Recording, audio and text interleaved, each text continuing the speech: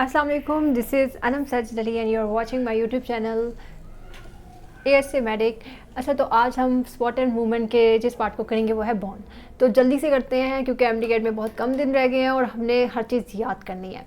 तो सबसे पहले स्केलेटल सिस्टम जो एंडोस्केलेटन है उसके वो दो पार्ट से बना होता है, बोन और कार्टिलेज। हम दोनों को डिस्कस करेंगे ताकि हमें कोई भी चीज़ भूले ना। ये दोनों के दोनों आपने ये चीज़ याद रखनी है कि दोनों के दोनों कनेक्टिव टिश्यू होते हैं, वो भी रिजिड वाले। और इसमें लिविंग सेल्स जो होते हैं वो कोलेजन फाइबर। लिविंग सेल्स में हमारे पास बोन के अलग सेल्स होंगे, कार्टिलेज के अलग सेल्स होंगे। उनके नाम हम पढ़ेंगे, जैसे कार्टिलेज के जो सेल्स होंगे उनको कॉन्ड्रोसाइट कहेंगे। बोन के 4 टाइप के सेल्स हैं, वो बाद में हम पढ़ेंगे।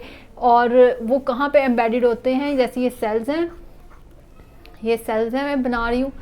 ये एम्बेडेड कहाँ होते हैं, ये हमारे पास कोलेजन फाइबर होता है, ये यहाँ पर एम्बेडेड होंगे इस तरह स्ट्रक्चर में। तो हमारे पास ये एक पूरा उसका व्यू होगा। हमारे पास बोन जो होता है वो ज़्यादा हार्ड पार्ट होता है, कार्टिलेज जो होता है वो सॉफ्ट और फ्लेक्सिबल पार्ट होता है।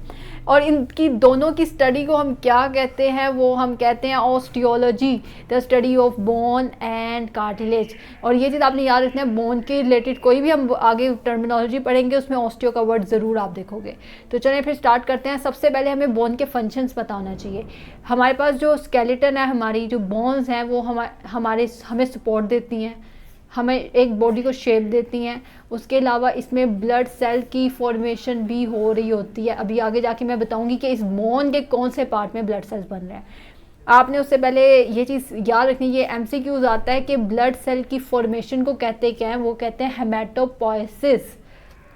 ठीक है, आपने ये चीज़ याद रखनी है, पोइसिस इसको कहते हैं। इसके अलावा हमारे पास बहुत सारी टर्म्स हैं, जैसे हीमोस्टेसिस है, ये हमें टर्मिनोलॉजी सारी बहुत कंफ्यूज करती हैं। होम्योस्टेसिस है, ठीक है।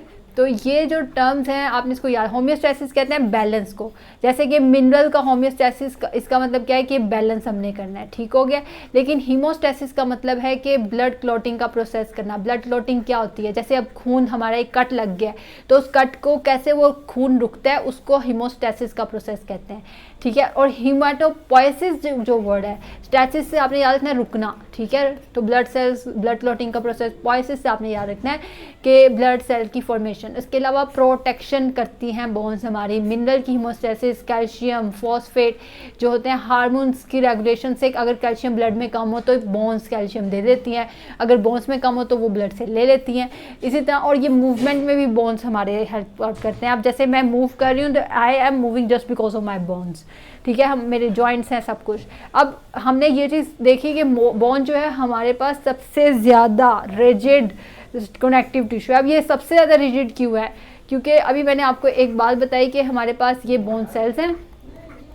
बोन सेल्स जो है उसके दरमियान में क्या होता है, हमारे पास कोलेजन फाइबर्स होते हैं, ठीक है। अब ये कोलेजन फाइबर्स जो होते हैं इसमें क्या होता है कि ये हार्ड कैसे बनता है, ये अपने कोलेजन फाइबर्स में कैल्शियम फॉस्फेट की डेपोजिशन करने लग जाता है, जिसकी वजह से ये हार्ड हो जाता है। तो आपने इस तरह याद रखना है। उसके अलावा हमारे पास कॉम्पैक्ट बोन और स्पॉन्जी बोन को हम देखते हैं कि वो क्या होती है। सबसे पहले ये हम यहाँ पे एक बोन बनाते हैं। बोन का जो आउटर पार्ट होता है ना, ये जो आउटर पार्ट है इसको हम कहते हैं कॉम्पैक्ट बोन, ठीक है। और इसके अंदर वाला जो पार्ट होता है ना उसको हम कहते हैं स्पॉन्जी बोन, ठीक है। स्पॉन्जी बोन ना स्पॉन्ज की तरह होती है, इसमें गोल गोल गोल हमें ना सुराख से नज़र आते हैं, ठीक हो गया। ये गोल गोल गोल से, ठीक हो गया, इस तरह होता है, ठीक है। और ये स्पॉन्जी बोन सारी सेंटर में होती है, ठीक हो गया। और ये पोरस, पोरस का मतलब यही कि इसमें सुराख होती हैं, जाली की तरह सुराख सुराख बने होंगे। और यहाँ पर इस स्पॉन्जी बोन में हमारे पास जो होता है उसका ये वाला पार्ट, इसको हम आगे जाके पढ़ेंगे, इसमें ब्लड सेल्स बनते हैं, ठीक है। उसके बाद अब जैसे ये हमारे पास ये पूरा हमारा स्केलेटन है, आप देख सकते हो कि हमें मूवमेंट में हर चीज़ में सपोर्ट प्रोवाइड कर रहा है हमारा स्केलेटन। तो हम चलते हैं फिर अपने कॉम्पोजिशन ऑफ बोन की तरफ। अब कॉम्पोजिशन ऑफ बोन में हमारे पास बोनी टिश्यू है। बॉडी टिश्यू में हमारे पास हम जाके पढ़ेंगे लैमेली, ट्रैबिक्यूला, ये सारे वर्ड्स हम पढ़ेंगे। अभी तो मुझे भी नहीं पता ना ये वर्ड्स क्या है, आगे जाके हम देखेंगे कि वर्ड्स क्या है। उसके अलावा हम देखेंगे कि हमारे ये जो बोनी टिश्यू होता है वो हमें स्ट्रेंथ और शेप देते हैं। उसके अलावा हमारे बोन में कार्टिलेज होता है, कार्टिलेज फ्लेक्सिबिलिटी हमारे बोन के स्ट्रक्चर को देता है और हमारी स्मूथ मूवमेंट में हेल्प आउट करता है। इसके अलावा फाइब्रस कनेक्टिव टिश्यू भी हमारे पास होता है, लाइक हमारे पास टेंडन्स हैं, लिगामेंट्स हैं, वो क्या करते हैं, वो हमारी बोन की मूवमेंट में हेल्प आउट करते हैं, मसल की अटैचमेंट में हेल्प आउट करते हैं बोन के साथ। इसके अलावा ब्लड वेसल्स होंगी, नर्व टिश्यू होंगे, क्योंकि हमने जब अपना हाथ या कुछ भी काम करना है तो हमें सिग्नल तो हमारे ब्रेन की तरफ से जाएगा ना कि अपना हाथ आगे बढ़ाओ, मूवमेंट शो करो। और इसी तरह ब्लड जो है वो क्या करेगा, ब्लड जो है वो हमारे पास, उससे हमारी बोन को भी तो खाना चाहिए, तो उसको खाना देने के लिए ब्लड के पास ब्लड वेसल्स होते हैं, वो जाके उसको न्यूट्रिशन देते हैं। ठीक हो गया। और मिनरल्स चीज़ों का ट्रांसपोर्ट ब्लड वेसल्स के थ्रू ही होता है। इसके अलावा हमारे पास ये हमारी बोन है, इसके अंदर हम सारे स्ट्रक्चर पहले पढ़ लेते हैं ताकि हमें चीज़ें एंड तक याद रहें। बोन का स्ट्रक्चर आप लोगों ने याद है, ये सबसे पहले हमारे पास ना, ये हमारी बोन की, मैंने आपको बताया कि ये हमारे पास कौन सी लेयर होती है, ये हमारे पास एक लेयर हम बना रहे हैं आउटर कॉम्पैक्ट बोन के लिए। फिर हमारे पास मैंने आपको बताया कि उसके सेंटर में हमारे पास कौन सी बोन की लेयर आ जाती है, स्पॉन्जी बोन। ठीक हो गया। अब हमारे पास ये जो बोन के एंड्स होते हैं ना, ये एंड और एक ये एंड, इस एंड्स को हम कहते हैं एपीफाइसिस। एपीफाइसिस आपने याद रखना है, E for epiphysis, E for and. ठीक है, तो ये हमारे पास क्या है, एपीफाइसिस। ये हमारे पास इस पार्ट को हम एपीफाइसिस कहते हैं बोन में। इसके अलावा जो मिडल में पार्ट होता है ना, शैफ्ट जिसको हम कहते हैं बोन का, इसको हम कहते हैं डायाफाइसिस। अब डाया से आपने याद रखना है डंडा, डंडा जो होता है वो सीधा होता है, पतला होता है, तो इसमें आपने याद रखना है डायाफाइसिस था। तो ये चीज़ें तो होगी। अब इसके अलावा ना कुछ टर्मिनोलॉजीज इसकी पहले हम देख लेते हैं। अब ये हमारे पास स्पॉन्जी बोन जो है ना, इसके ये वाला जो पार्ट, यहाँ पे एपीफिजियल एक प्लेट होती है, और एपीफिजियल प्लेट के इस तरफ वाला जो पार्ट जो कि हमारे पास एपीफाइसिस में आता है, ये स्पॉन्ज बोन का जो ये पार्ट है, इसमें हमारे पास रेड ब्लड सेल की प्रोडक्शन होती है। रेड ब्लड सेल की जब प्रोडक्शन हो रही है या ब्लड सेल्स की प्रोडक्शन हो रही है, तो यहाँ पर जो बोन मैरो होता है उसको हम कहते हैं रेड मैरो, उसका नाम ही रेड बोन मैरो होता है। ठीक हो गया। अब जो ये सेंटर वाला बोन मैरो है ना, ये वाला, यहाँ इसका क्या नाम होता है, इसका नाम होता है येलो बोन मैरो। इसका नाम है येलो बोन मैरो। अब ये येलो क्यों है, क्योंकि इसके अंदर, येलो से आपने याद रखना है बटर, बटर जो होता है वो येलो होता है, और येलो बटर के का मतलब है उसमें फैट होगी जी। तो ये जो सेंटर में शैफ्ट वाला हिस्सा है ना, इसमें सारी फैट होगी। ठीक हो गया, इसमें फैट होगी। अब आपने ना एक कुछ और टर्म्स है वो भी हम करते हैं। हमारे पास ये कॉम्पैक्ट बोन है, कॉम्पैक्ट बोन को एक और कनेक्टिव टिश्यू की लेयर ने कवर किया हुआ है, पतली सी लेयर होगी, जैसे एक अगर हम अपने हाथ में एक शार्पर चढ़ा लें तो उसी तरह एक पतली सी लेयर ने कनेक्टिव कॉम्पैक्ट बोन को भी कवर किया। इस लेयर का जो नाम है वो है पेरिओस्टियम। ठीक है, पेरिओस्टियम, पेरी का मतलब होता है अराउंड, पूरे उसने सब पूरे बोन को घेरे में लिया हुआ है पेरिओस्टियम ने। अब उसके बाद हमारे पास ये जो स्पॉन्जी बोन है ना, स्पॉन्जी बोन, इसके अंदर जहाँ पे हमारी बोन मैरो कैविटी स्टार्ट होती है सारी, इसको एक कवरिंग, फिर एक और कवरिंग इसको कनेक्टिव टिश्यू की कवर करती है। उसका नाम क्या होता है, उसका नाम होता है एंडोस्ट्रियम, यानी वो अंदर करके कवर कर रही है। तो जो हमारे पास मेड्यूलरी कैविटी है, जो मिडल में ये सारी कैविटी, इसको कवर करने वाली का नाम क्या होगा, हमारे पास एंडोस्ट्रियम।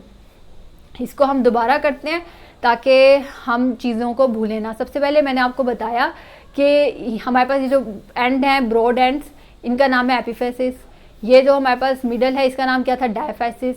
फिर उसके बाद हमने कहा कि ये जो एपीफाइसिस का एरिया है, ये एमसीक्यूज आते हैं, यहाँ पे हमारे पास रेड बोन मैरो है।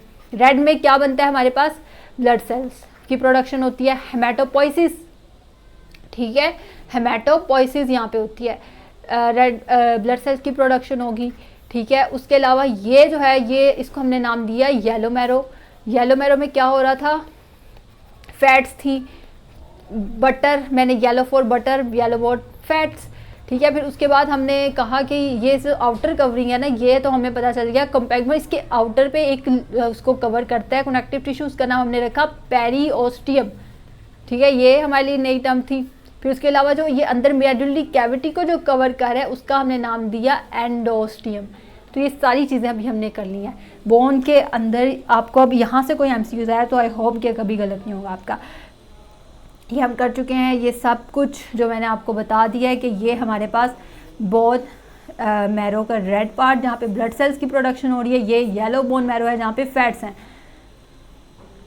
अब उसके बाद हमने पेरियोस्टियम के बारे में भी पढ़ा कि आउटर कवरिंग है, प्रोटेक्शन देती है ये, और जो एंडोस्टियम है वो इंटरनल कैविटी को लाइन करती है।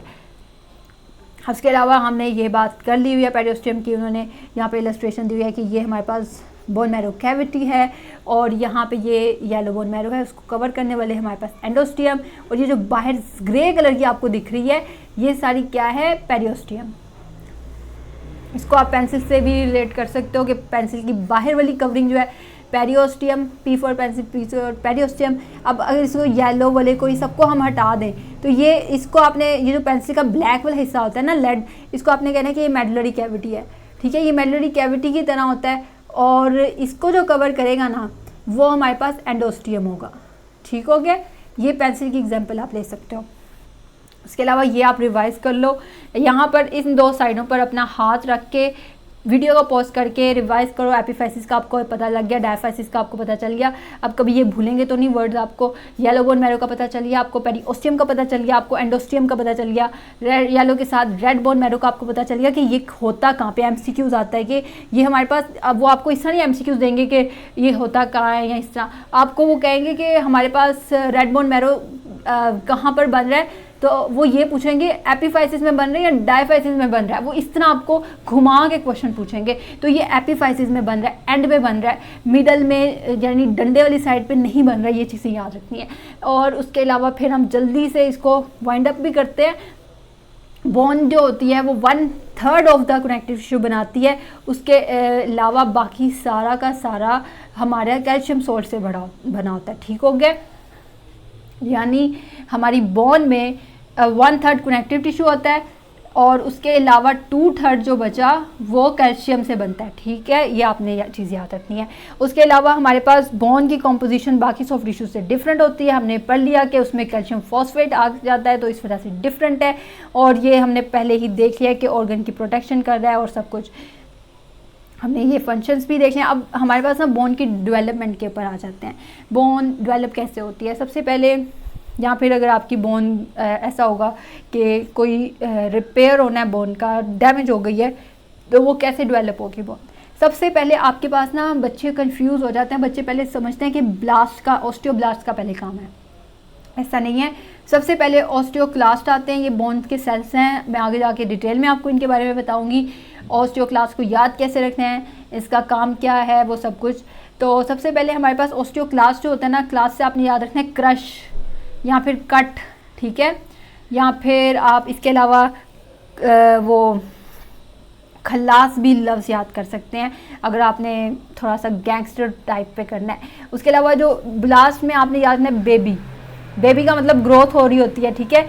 तो सबसे पहले क्या होता है कि जो ख़त्म करने वाले सेल्स हैं ना, जब भी बोन ने डेवलप होना है तो ऑस्टियोक्लास्ट आते हैं।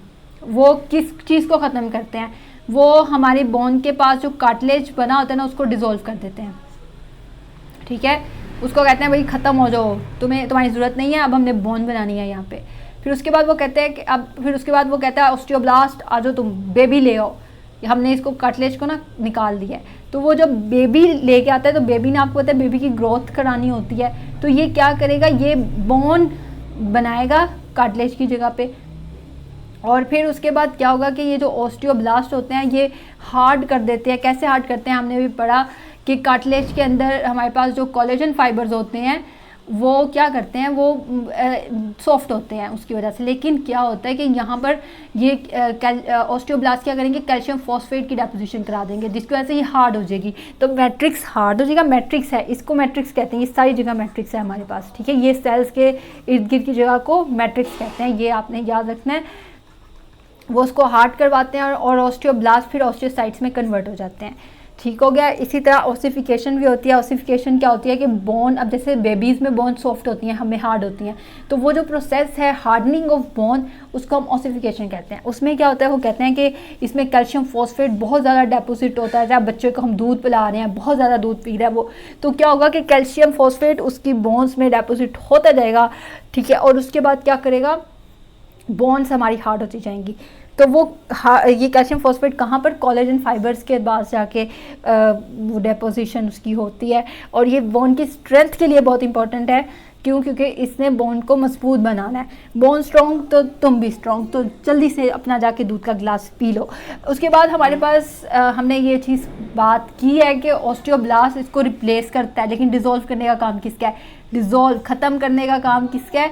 ऑस्टियोक्लास्ट का। यानी ये एक गुंडा है ऑस्टियोक्लास्ट, जिसने उसको खल्लास कर देना है, उसने ख़त्म कर देना है। लेकिन ऑस्टियोब्लास्ट फिर इसका काम है ख़त्म कर देना, इसको मार डालना। फिर जो ये ब्लास्ट है, ये ब्लास्ट आएगा, इसको रिप्लेस करेगा, इसकी जगह खाली करेगा, और इससे सब कुछ होगा।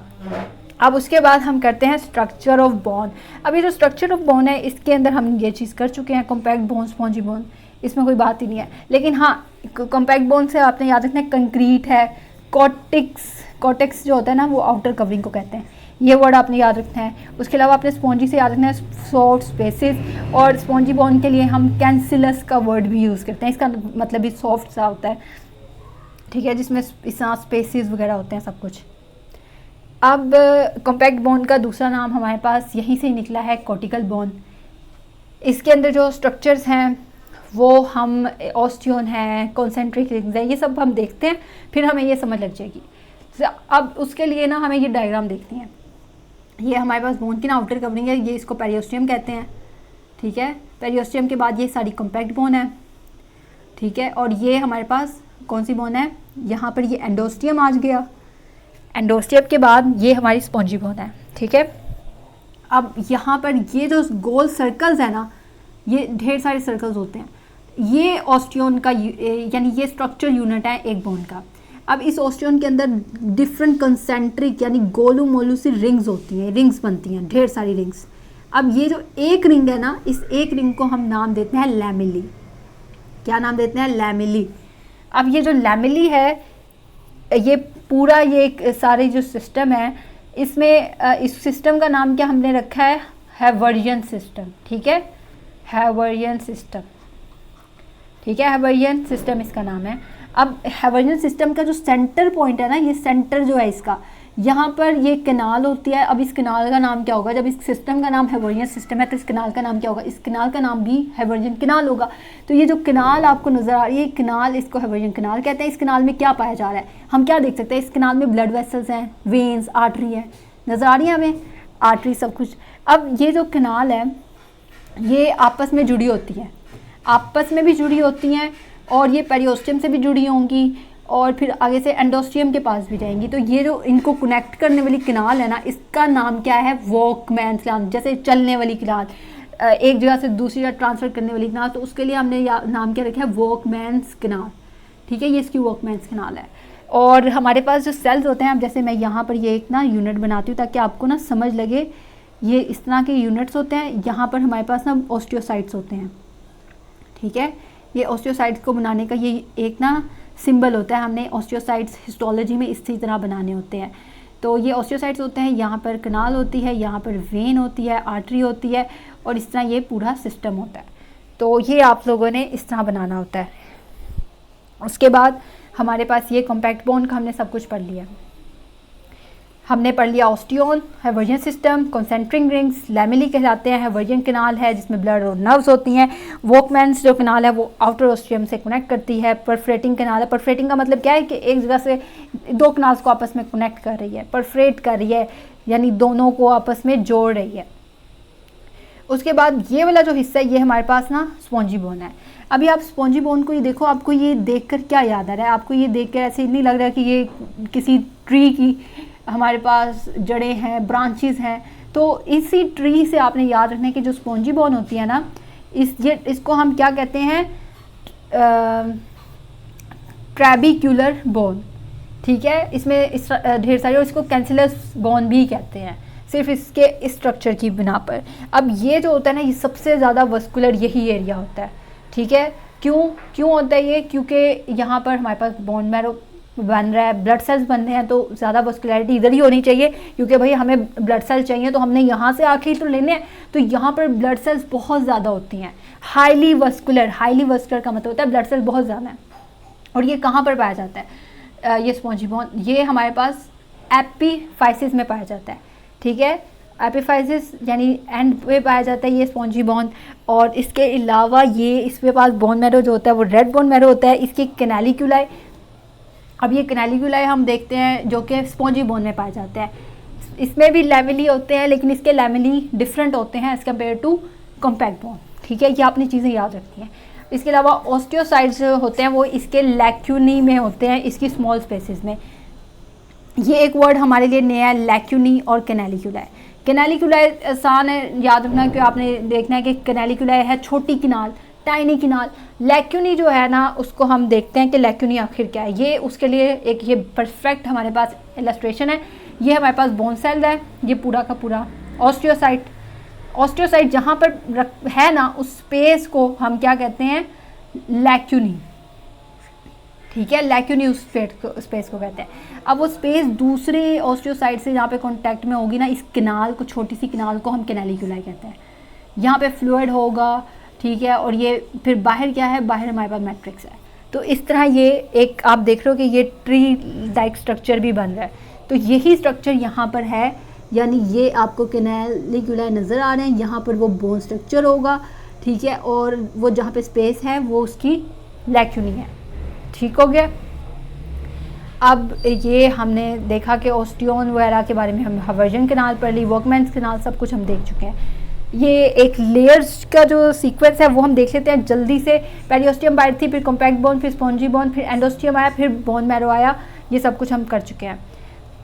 अब ये कॉम्पैक्ट बोन और उसके लिए अब उसके लैमिले के पैटर्न देखते हैं। जो डिफरेंस है, इसके अंदर ना गोल गोल बने होते हैं, इसमें ट्री लाइक बने हुए थे लैमिली, ठीक है, जिसको हमने ट्रैबिक्युलर कहा था, जिसको हमने कैंसिलस कहा था, ठीक है।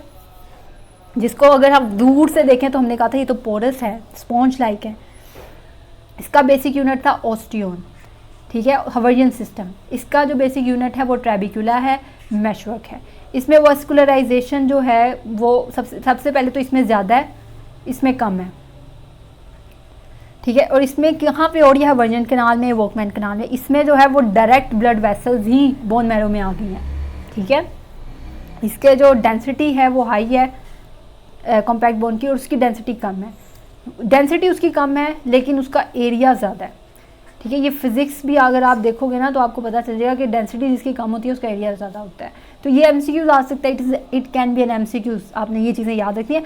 अब आपको जिस बच्चे ने ये चीज़ पढ़ी होगी ना कि एरिया, हमारे पास डेंसिटी का फॉर्मूला क्या था, वॉल्यूम, मुझे थोड़ा भूल गया, लेकिन जो भी था आप लोगों ने ये चीज़ देखनी है कि area is inversely proportional to density. जितना ज़्यादा एरिया होगा उतनी कम डेंसिटी होगी, ठीक है।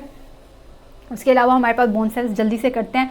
हमारे पास 4 टाइप के बोन सेल्स हैं, ऑस्टियोब्लास्ट, ऑस्टियोसाइट, ऑस्टियोजेनिक सेल्स, जिनको हम स्टेम सेल्स कहते हैं, ऑस्टियोक्लास्ट। ऑस्टियोक्लास्ट जो है ना ये मल्टी न्यूक्लिएटेड है, ठीक है, याद रखना, मल्टी यानी इसका एक बॉस नहीं है, बहुत ज़्यादा गैंगस्टर्स हैं इसके अंदर, ठीक है। और ये सब हमारे पास अब जैसे ऑस्टियोजेनिक क्या है, स्टेम सेल्स हैं। जनरेटिंग सेल, जनरेटिंग, जेनिक से आपने याद रखना है, जनरेटिंग सेल्स हैं। ये पेरियोस्टियम और एंडोस्टियम में पाए जाएंगे, यानी जो कवरिंग है कनेक्टिव टिश्यूज उनमें ही सिर्फ पाए जाते हैं। और ये डिवाइड होकर ऑस्टियोब्लास्ट में कन्वर्ट हो सकते हैं, ठीक है। ये आपने एक चीज़ याद रखनी है, ये सारे के सारे एमसीक्यूज हैं, ठीक है। जेनिक किसमें कन्वर्ट होगा, जनरेट जब होगा ना तो जनरेट बेबी में जनरेट होगा, ये बात याद रखनी है। यानी पैदा होते ही कोई भी गैंगस्टर नहीं होता, पहले बेबी बनता है फिर गैंगस्टर बनता है। तो ऑस्टियोजेनिक जो होता है ऑस्टियोब्लास्ट में कन्वर्ट होता है। उसके बाद हमारे पास जो है वो ऑस्टियोसाइट होना था, यहाँ पे ऑस्टियोब्लास्ट लिखा गया है। तो ऑस्टियोसाइट जो होता है वो मैच्योर बोन सेल्स होते हैं, ठीक है, मैच्योर हो गए हैं, ये केयर टेकर सेल्स इनको कहते हैं हम। और ये हमारे मैट्रिक्स को जो बोन मैरो का होता है उसको मेंटेन करते हैं, उसको प्रोड्यूस होने से रोकते हैं, ठीक है। और अपने बोन की मेंटेनेंस के लिए इंपॉर्टेंट होते हैं, कैल्शियम रेगुलेट करते हैं, और स्ट्रेस और मैकेनिकल रिस्पॉन्स ये करते हैं। मैच्योर हो गए हैं ये लोग। तो साइट का मतलब क्या है, काम केयर टेकर। तो ये बिल्डिंग नहीं कर रहे, ब्रेकिंग नहीं कर रहे, ये यहाँ पे बच्चे भी नहीं है, गैंगस्टर भी नहीं बने, तबाही भी नहीं कर रहे, ये बस मेंटेन कर रहे हैं, ठीक हो गया। अब ये ऑस्टियोब्लास्ट क्या है, ब्लास्ट का मतलब है कि न्यू बेबी सेल्स, यानी इन्होंने न्यू बॉर्न को बनाना है। ये ग्रोथ एरियाज में पाए जाते हैं, ये कोलेजन को सिक्रीट करते हैं, उस कोलेजन में डेपोजिशन करेंगे और कैल्शियम फॉस्फेट की, और बोन सेल्स बनेंगे। इसका हमने पढ़ा था कि ये रिप्लेस करते हैं, बच्चे जो है रिप्लेस करते हैं। डिजोल्व कौन, खात्मा कौन करे? Clast, gangster. Osteocytes mature cell maintain bone matrix. Class की बारी आ गई तो क्लास का क्या काम है? बोन मैट्रिक्स को ब्रेक करना, रिजॉर्व करना बोन टिश्यू को, मिनरल्स को रिलीज़ करना ब्लड में जब हमें ब्लड में मिनरल्स चाहिए होंगे। और अब ये MCQs भी है।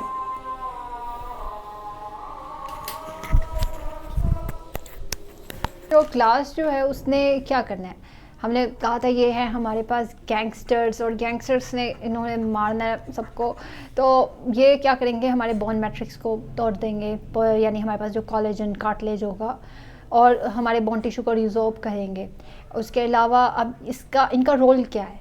हमारे पास अब हमें हमारी बोन को, अगर हमें ब्लड में कैल्शियम चाहिए, कैल्शियम का लेवल कम हो रहा है, तो हमारे ऑस्टियोक्लास्ट काम आते हैं। ऑस्टियोक्लास्ट आते हैं, बोन टिश्यू को रिजॉर्ब करते हैं, मिनरल्स निकालते हैं कि भाई आज जो ज़रूरत है, और ब्लड को दे देते हैं।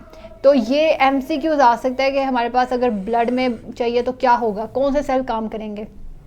उसके अलावा हमारे पास जो ये होते हैं, ये मल्टी न्यूक्लिएटेड सेल्स होते हैं, बड़े लार्ज सेल्स होते हैं। लार्ज से ना आपने याद रखना है मैक्रोफेज से ड्राइव होते हैं, मैक्रोफेज की तरह एक्ट भी करते हैं, उसी से ही आते हैं ये। अब ये मैक्रोफेज जो है हमारे पास, ये हमारे पास खाने का काम करता है। तो ये लार्ज मल्टी न्यूक्लिएटेड सेल्स होते हैं, दे एक्ट लाइक मैक्रोफेजेस, और you can say they are also drive from macrophages. तो ये क्लास यानी क्रशर होते हैं, गैंगस्टर्स होते हैं, सब कुछ। अब ये चीज़ आपने याद रखनी है कि ग्रोथ हो, रिपेयर हो, या फिर हमारी बोन को कैल्शियम की ज़रूरत हो, हमारे ब्लड को, बॉडी को, ठीक है। अब क्योंकि हमारे जितने भी सेल गेट्स हैं उसमें भी कैल्शियम की ज़रूरत होती है, तो तब बोन्स काम आती हैं। अब ये चीज़ हम इन सब का एक रेफरेंस देख लेते हैं। ऑस्टियोजेनिक हमने कहा कि बोन स्टेम सेल्स ब्लास्ट कर से ये ब्लास्ट सेल्स बनाते हैं, ठीक है, बेबी सेल्स जिसको हमने कहा था। फिर उसके बाद ये ऑस्टियोब्लास्ट का क्या काम है? ये न्यू बोन बनाते हैं, कोलेजन को सिक्रीट करते हैं। उसके अलावा ये जो ऑस्टियोसाइट्स हैं ये बोन टिश्यू को मेंटेन करते हैं, मेंटेनेंस का काम है, केयर टेकर हैं, ठीक है। अब ये हमारे पास इनकी लोकेशन कहाँ कहाँ है? ऑस्टियोजेनिक जो होते हैं ना, ये आपने याद रखना, कनेक्टिव टिश्यूज़ की जो वॉल्स हैं, पेरियोस्टियम, एंडोस्टियम, उसमें पाए जाते हैं। अब ये जो ब्लास्ट है ना, इसका काम है बोन ग्रोथ एरियाज के पर पाना, जहाँ पे ग्रोथ होगी वहाँ पर ये होंगे। जो ऑस्टियोसाइट्स हैं मैच्योर जो है ना, वो लैक्यूनी में होंगे। लैक्यूनी हमारे पास हो गया, या लैमिला हो गया, वहाँ पर पाए जाएंगे, ठीक है। जैसे कि हमारे पास ये बोन है, इस साइड पे जो कवरिंग है वहाँ पे ऑस्टियोजेनिक सेल्स होंगे दोनों की। ये स्पॉन्जी बोन वाला हिस्सा जहाँ पे मेडुलरी कैविटी शुरू हो रही है, तो यहाँ पर ये दोनों जो होंगे उसके हमारे पास जो दरमियान में लैक्यूनी होंगे, ठीक है, कॉम्पैक्ट बोन हो या फिर हमारे पास स्पॉन्जी बोन हो, उसके अंदर साइट्स, ऑस्टियोसाइट्स पाए जाएंगे। अब ये ऑस्टियोब्लास्ट और क्लास के न्यूक्लियस का हम देख लेते हैं। ब्लास्ट जो है ना, बेबी है, बेबी छोटा होता है, क्लास गैंगस्टर है, एक बड़ा है। तो गैंगस्टर के पास बहुत ज़्यादा टीम होती है, बेबीज़ के पास नहीं होती। बेबी सिर्फ एक छोटा सा बेबी, वन बॉस होता है, ठीक है। और जो क्लास होता है उसके पास गैंगस्टर है, तो उसके पास पूरी एक टीम होगी, क्रू होगा उसका। ये आपने चीज़ याद करनी है, दीज ऑल आर MCQs, ठीक है। आपने बस ये चीज़ याद रखना, गैंगस्टर है, गैंगस्टर की पूरी एक गैंग होती है, बेबी तो अकेला होता है। तो आपको ये चीज़ नहीं भूलेगी, आपको फिर मल्टी न्यूक्लिएटेड वो जितनी जहाँ मर्जी से दे दें आपका क्लियर हो जाएगा। फिर इसका ओरिजिन ऑस्टियोब्लास्ट हमने कहा कि ऑस्टियोजेनिक सेल से बन रहे हैं, और ये जो है मोनोसाइट से या फिर मैक्रोफेजिस से बन रहे हैं। यहाँ पे मैंने आपको बताया कि ये बड़े से होते हैं, जॉइंट से होते हैं, तो ये वहीं से ही बन रहा है। इसका प्रोसेस ऑस्टियोब्लास्ट का काम क्या होता है? बोन की फॉर्मेशन कराना, सिंथेसिस करवाना, और डायरेक्टली ये काम क्या करता है? हमारे कोलेजन जो होता है उसको डिज़ोल्व करवाता है और बोन को डिपॉजिट करवाता है, और ये जो होता है बोन की रिजॉर्प्शन करवाता है, ब्रेकिंग डाउन करवाता है। लोकेशन इसकी कहाँ होगी ऑस्टियोब्लास्ट की? जहाँ पे बोन की ग्रोथ हो रही हो, जहाँ पे भी इंजरी हुई हो वहाँ पर भी हो सकता है। और जो ऑस्टियोक्लास्ट है इसकी ओल्ड बोन में होगी, इंजर्ड पे होगी, या फिर जब हमें ज़रूरत होगी। इसके अलावा ये कुछ की फैक्ट्स हैं जो आपने MCQs आपके आ सकते हैं। आपको ये बात पता है कि आपकी हर साल 10% जो बोन है वो रिप्लेस होती है हर साल। तो अब आपने ये चीज़ याद रखनी है, MCQs में आ सकती है कि हमें पूरे स्केलेटन, क्योंकि 10% हर साल हो रहा है, तो 100% होने में कितने साल लग जाएंगे? 10 साल, यानी एक डेकेड के अंदर हमारा पूरा स्केलेटन रिप्लेस उसके सेल्स अपने आप को कर लेंगे, ठीक हो गया। तो ये जो 10% का डिफरेंस है आपने इसको इस तरह याद कर लेना है। उसके अलावा हमारे पास कंपोजिशन ऑफ बोन, बोन एक हमारे पास डायनामिक टिश्यू है जिसमें ऑस्टियोब्लास्ट और ऑस्टियोक्लास्ट होते हैं। अब इसके मैट्रिक्स की हम बात कर लेते हैं। इसके मैट्रिक्स में हमने देखा कि कोलेजन की बात हम सिर्फ करते हैं अभी तक, बाकी चीज़ें भी हैं वो भी हम देखते हैं। इसमें ऑर्गेनिक मैट्रिक्स भी होता है, इनऑर्गेनिक भी होता है। अब ऑर्गेनिक मैट्रिक्स में हमारे पास 30% जो है वो इसमें ऑर्गेनिक होता है और 70% इनऑर्गेनिक होता है। यानी हमारे पास इनऑर्गेनिक में हाइड्रोक्सी एपेटाइट आता है। ये किसका कॉम्बिनेशन है, कौन से मिनरल का, कैल्शियम फॉस्फेट। तो ये दोनों नाम वो दे सकते हैं। इस कैल्शियम फॉस्फेट का दूसरा नाम हाइड्रोक्सी एपेटाइट है। और सोडियम भी होता है, मैग्नीशियम भी होता है, पोटेशियम भी होता है इनऑर्गेनिक मैट्रिक्स, जो कि हमारे पास बोन के मैट्रिक्स में होता है। अब ऑर्गेनिक जो है ना उसमें कोलेजन फाइबर्स होंगे, ग्लाइकोप्रोटीन्स होंगी, they are all organic matrix. Collagen fibre जो है ना इस 30% में सबसे ज़्यादा कोलेजन फाइबर होगा, यानी 30% का 90% हमारे पास कोलेजन फाइबर होगा। ये चीज़ आपने याद रखनी है, ठीक हो गया। अब इसके अलावा हमारे पास ना मैट्रिक्स की कंपोजिशन कहीं 65 लिखी हुई है किसी बुक में 35। तो आपने ये चीज़ याद रखनी है कि और इनऑर्गेनिक जो है 65 से 70% है, ऑर्गेनिक जो है वो 30 to 35% है। इसके अलावा आपने दोनों चीज़ें एक साथ नहीं आएंगी, लेकिन आपको ये चीज़ याद होनी चाहिए कि अगर कोई उन्होंने 70 या 65 दे दिया तो आप ये ना कहो कि क्या हो गया। और इनऑर्गेनिक में कैल्शियम फॉस्फेट कार्बोनेट्स पढ़ा हमने, ग्लाइकोप्रोटीन्स पढ़ा, ऑर्गेनिक में कोलेजन पढ़ा। ये बलोचिस्तान बोर्ड में 65% लिखा है, केपी के बोर्ड में 70% लिखा है। तो आपने फिर परसेंटेज रेंज याद कर लेनी है। अब हार्मोनल कंट्रोल, अब जैसे हमारे कौन से हार्मोन काम करते हैं जब बोन से अगर कैल्शियम जो हमारे पास पैराथार्मोन हार्मोन है, ये दो हार्मोन है कैल्सीटोनिन और पैराथार्मोन। ये पैराथार्मोन का काम होता है कि हमारे ब्लड में कैल्शियम को इंक्रीज़ करवाना, ठीक है। पैराथार्मोन कैल्सी से आपने रखना है कि कैल्सीटोनिन है तो बोन, इसका काम बोन में ज़्यादा होगा, ठीक है। कैल्सीटोनिन है तो बोन का ज़्यादा काम करेगा। ये पैराथार्मोन जो बोन में नहीं है, किसी ग्लैंड में है, तो ये इसका काम होगा ब्लड में करना। वैसे ये सारे दोनों हार्मोन जो हैं वो हमारे पास थायराइड ग्लैंड ही प्रोड्यूस करते हैं। अब ये चीज़ आपने याद, कैल्सी से याद रखना है, कैल्शियम जो है bone, कैल्सी mean blood, bone, calcium ज़्यादा बोन में होता है। तो क्या ये काम करता है पैराथार्मोन का पहले काम क्या है, इसका काम है कि कैल्शियम ब्लड में इंक्रीज़ कराना। ब्लड में कब इंक्रीज़ कराएगा, जब ब्लड में कैल्शियम कम होगा। अगर हमारे पास बोन में कैल्शियम कम होगा तो फिर ये ब्लड से कैल्शियम लेकर कैल्सीटोनिन जाके बोन में डिपॉजिट करवाएगा, ठीक है। ये बातें आपने याद रखनी है कि पैराथार्मोन जो होता है ना कैल्शियम को बोन से निकालता है, कैल्सीटोनिन देता है कि ये लो ले लो, और देगा क्यों, क्योंकि बोन में कम है। ये चीज़ें आपने याद रखनी है। उसके अलावा हम कुछ MCQs कर लेते हैं जो कि MDCAT में आपको आ सकते हैं। आपने इसके आंसर बताने हैं। अब ये MCQs देखें। Which of the following bone cell type is primary responsible for secreting organic components, collagen और ground substance of bone matrix. तो आप अब बताओ कि ये हमारे पास बोन मैट्रिक्स जो होता है वो कौन से सेल्स बनाते हैं। तो उसका आंसर जो हमारे पास है वो है ऑस्टियोब्लास्ट, क्योंकि ये बेबी सेल्स हैं, इन्होंने बोन मैट्रिक्स को बनाना भी है और मेंटेन भी करना है, ठीक हो गया। इसके अलावा हमारे पास एक और MCQs है। The primary structural difference between compact bone and spongy bone is the organisation of their lamellae, ठीक है। इसके लैमेली हमने पढ़े कि एक के ट्रैबिकुलर होते हैं, एक के कंसेंट्रिक हैवरियन रिंग्स बनाते हैं ऑस्टियोन। तो ये lamellae primary structure spongy bone में कैसे होते हैं, स्पॉन्जी बोन में हमारे पास कैसे लैमेली होते हैं, तो ये इसकी ऑप्शन नंबर A है, थिन इरेगुलर प्लेट्स ट्रैबिकुलर, ठीक हो गया।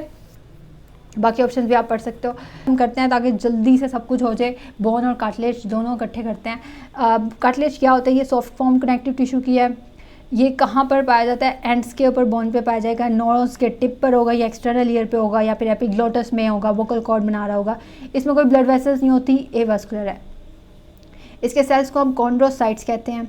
ये फ्लेक्सिबल होते हैं, इलास्टिक होते हैं, नॉन मिनरलाइज में होते हैं, और इसका मैट्रिक्स जो होता है वो भी कोलेजन फाइबर्स से ही सराउंड हुआ होता है। अब ये जैसे मैंने आपके लिए ये बताया, अब ये जो आउटर कवरिंग है इसको पेरिकोर्डियम कहते हैं कार्टिलेज की। उसके अंदर ये कोलेजन फाइबर्स हैं मैट्रिक्स में, और ये हमारे पास ये जो स्पेस है इसको हम लैक्यूनी कहते हैं, और ये कॉन्ड्रोसाइट्स इस स्पेस के अंदर है।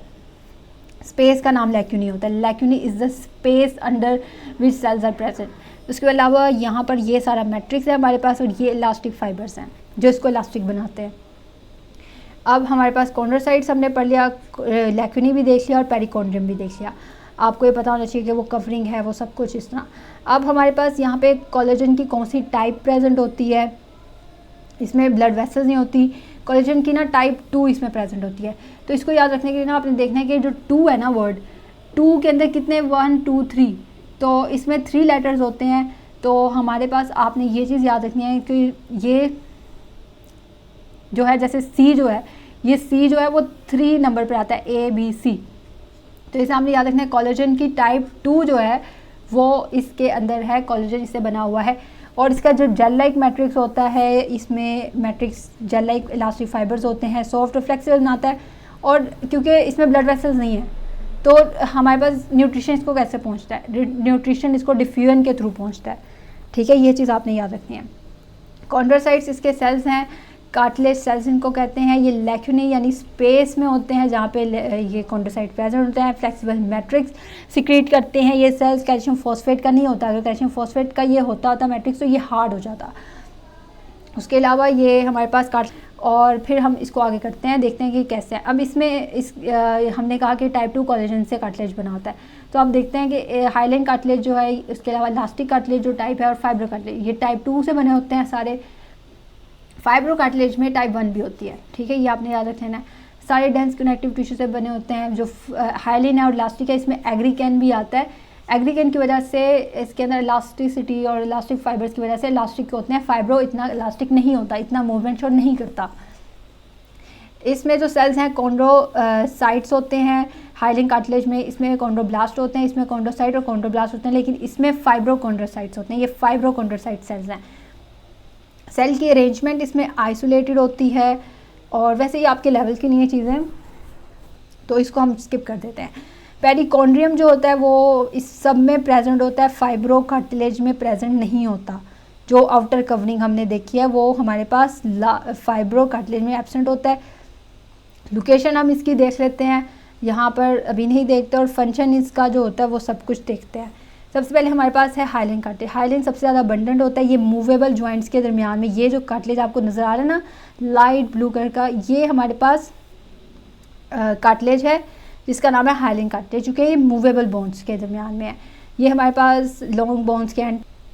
उसके अलावा इलास्टिक कार्टिलेज, इलास्टिक जो होता है वो इलास्टिसिटी उसमें होती है। तो जैसे हमारे पिन्ना है, हमारी नोज़ है, उसमें ये पाया जाता है इलास्टिक कार्टिलेज। ठीक हो गया। और उसके अलावा फाइब्रस कार्टिलेज। फाइब्रस कार्टिलेज जो होता है उसका जो स्ट्रक्चर होता है वो थिक कोलेजनस फाइबर से बना होता है। ये हमारी इंटरवर्टिब्रल डिस्क में होता है, वर्टिब्रा में होता है, कॉक्सल बोन्स में होता है। जो मूवेबल बोन्स नहीं होती ना, इमूवेबल बोन्स में ये पाया जाता है हमारे पास। और लिगामेंट्स में होता है, जॉइंट्स में भी हो सकता है। तो ये सब चीज़ें हैं। अब बोन और कार्टिलेज का डिफरेंस हम कर लेते हैं। बोन का डिफरेंस में ऑस्टियोसाइट ऑस्टियोब्लास्ट होते हैं, उसमें कॉन्ड्रोसाइट्स होते हैं। मेनली इसका मैट्रिक्स हार्ड होता है, कैल्शियम फॉस्फेट होता है, उसमें कैल्शियम सॉल्ट नहीं होता। ब्लड सप्लाई इसमें है, बोन में उसमें नहीं है। बोन मैरो जो है इसमें प्रेजेंट है, उसमें एब्सेंट है। वेस्कुलरिटी इसमें है, उसमें नहीं है।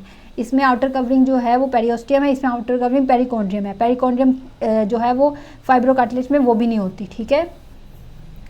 Exception of fibro cartilage. Function इसका स्पॉटर प्रोटेक्शन है। इसका फंक्शन क्या है कि कुशन प्रोवाइड करता है। कुशन का मतलब होता है कि उसे अगर बोन ये ना हो ना कार्टिलेज तो बोन रगड़ी जा सकती है, तो ये उसको सॉफ्ट कर देता है ताकि वो आसानी से काम कर ले। फ्लेक्सिबिलिटी प्रोवाइड करता है। कोलेजन इसके अंदर टाइप 1 के, इसमें टाइप 2 का है।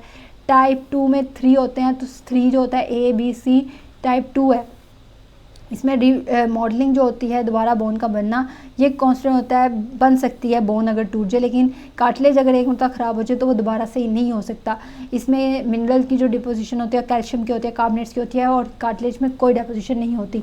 ठीक हो गया। उसके अलावा अगर आज अभी का हमारा जो पार्ट है स्वॉट एंड मूवमेंट का ख़त्म हो गया, इसके बाद हम नेक्स्ट पार्ट करते हैं। अगर आपने ये चैनल अभी तक लाइक शेयर सब्सक्राइब नहीं किया तो जल्दी से करते हैं, और मुझे डॉक्टर एस ए मेडिक को इंस्टाग्राम पे फॉलो ज़रूर कर लीजिएगा। चलिए फिर मिलते हैं अपने अगले पार्ट पर।